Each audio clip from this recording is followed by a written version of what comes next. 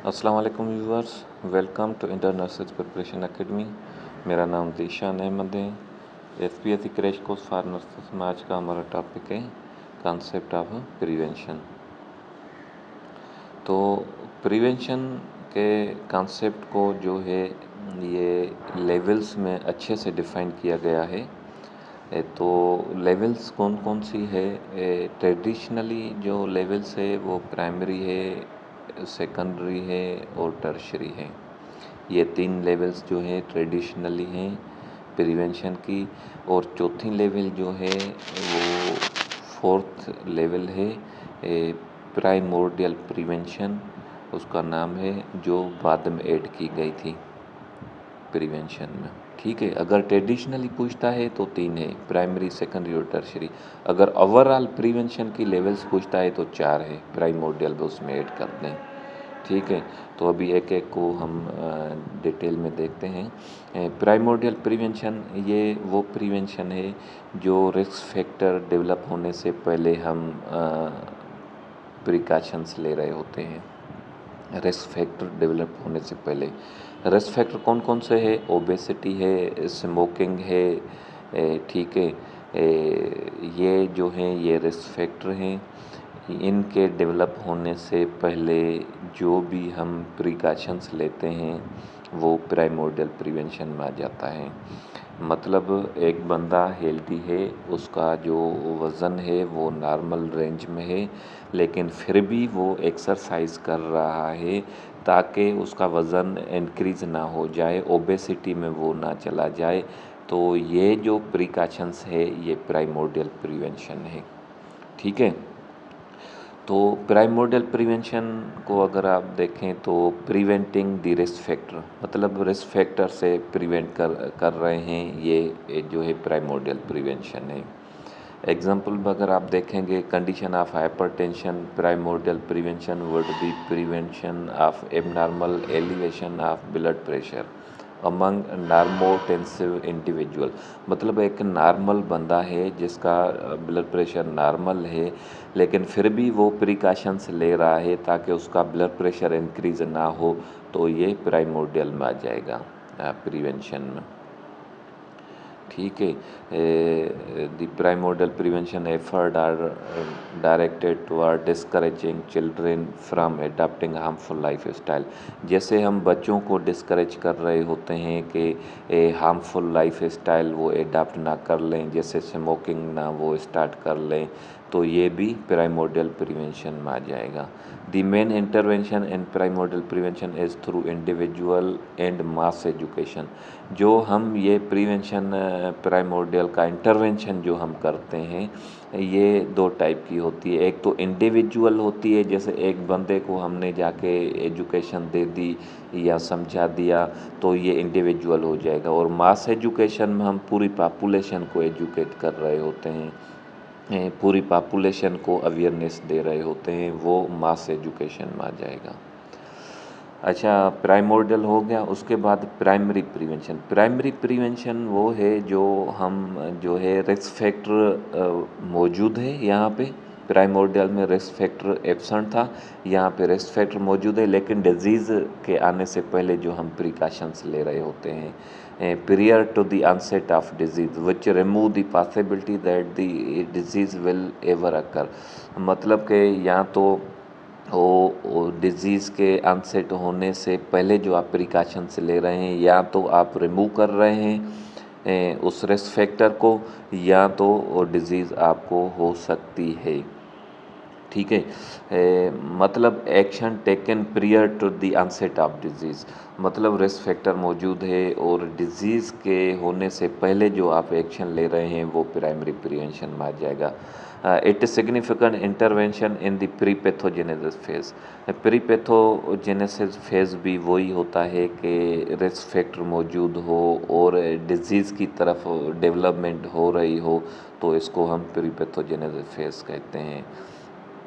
ठीक है, और प्राइमरी प्रिवेंशन में be accomplish by measures of health promotion and specific protection. Intervention जो हम करते हैं प्राइमरी प्रिवेंशन का, या तो हेल्थ प्रमोशन कर रहे होते हैं या तो स्पेसिफिक प्रोटेक्शन कर रहे होते हैं। अगर हम देखें हेल्थ प्रमोशन को, तो हेल्थ प्रमोशन में ये है कि हम हेल्थ एजुकेशन दे रहे होते हैं।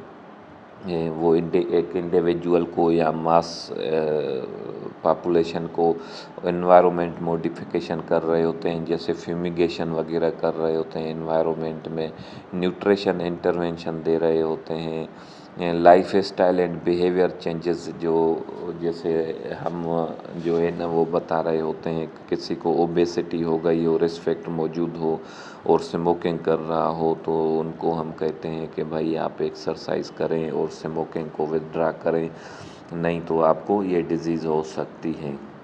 तो ये हेल्थ प्रमोशन में आ जाता है। अगर स्पेसिफिक प्रिवेंशन को देखें तो फाइलेक्सिस है। सीरोफाइलेसिस में हम जो इम्यूनाइजेशन वैक्सीन कर रहे होते हैं और जो है इम्यून सीरम दे रहे होते हैं, ये सीरोप्रोफाइलेसिस है, ये स्पेसिफिक प्रिवेंशन में आ जाएगा।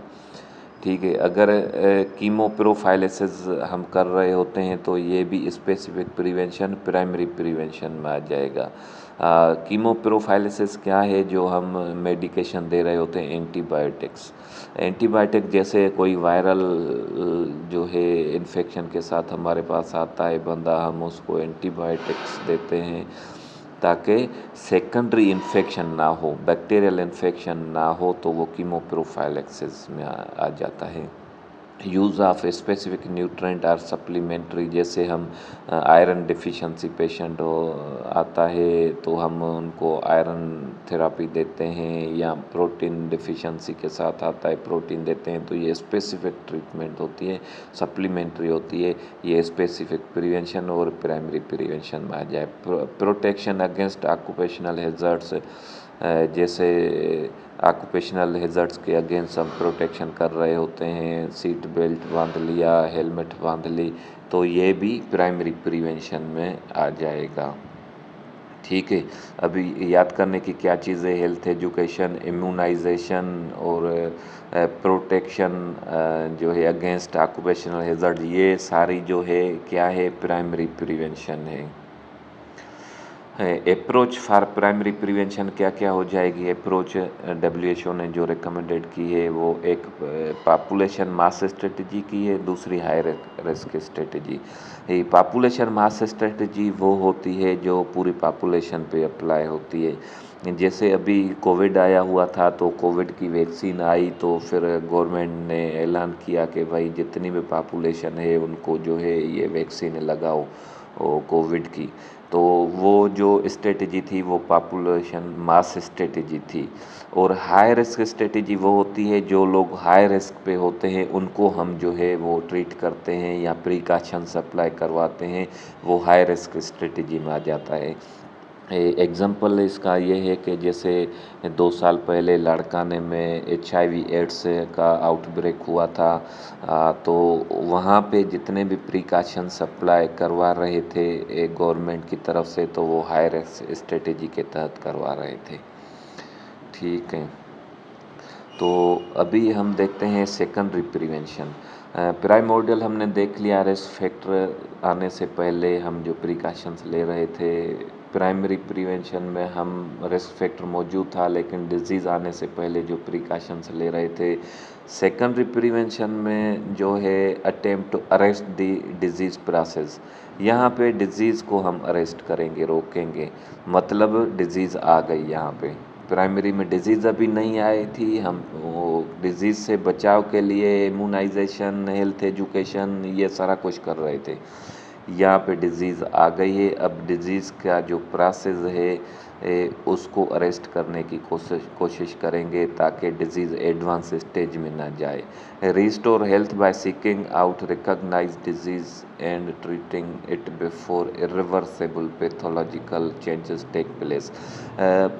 इरिवर्सिबल पैथोलॉजिकल चेंजेस अगर डिज़ीज़ ले लेती है, उससे आने से पहले हम उसको ट्रीट कर लें ताकि टाइमली जो है डायग्नोस करके टाइमली ट्रीट करें, ताकि डिज़ीज़ जो है वो इरिवर्सिबल स्टेज में ना चली जाए। ठीक है। It does protect others in the community from acquired the infection and दस provide one secondary prevention for the infection once and primary prevention for their potential contact. इसमें ये होता है कि सेकेंडरी प्रिवेंशन में हमारी कोशिश ये होती है कि कम्युनिटी को जो है ना वो प्रोटेक्ट करें, ताकि वो जो एक बंदा इन्फेक्टेड है वो दूसरों को इन्फेक्शन ना दें। ठीक है, प्राइमरी से सेकेंडरी में ना जाए। ठीक है, इन्फेक्शन एंड दस provide at once secondary prevention. Secondary prevention देंगे, उसके बाद जो है वो infected ones and primary prevention for their potential contact. फिर जो उसका पोटेंशियल कॉन्ट्रैक्ट है उसके लिए हम प्राइमरी प्रिवेंशन करेंगे, जैसे हम हेल्थ एजुकेशन दे रहे होते हैं। ठीक है, ये सेकेंडरी प्रिवेंशन हो गया। और जो टर्शरी प्रिवेंशन है इसमें जो है it is used when the disease process has advance. यहाँ पे जो डिजीज़ प्रोसेस है वो भी एडवांस जा चुका है। अब हमारी जो कोशिश है कि हम जो है वो डिसेबिलिटी को लिमिटेशन कर सके और रिहेबिलिटेट कर सके। मेन मकसद हमारा टर्शरी प्रिवेंशन का ये होता है कि डिसेबिलिटी को लिमिट कर सके और रिहेबिलिटेशन कर सकें।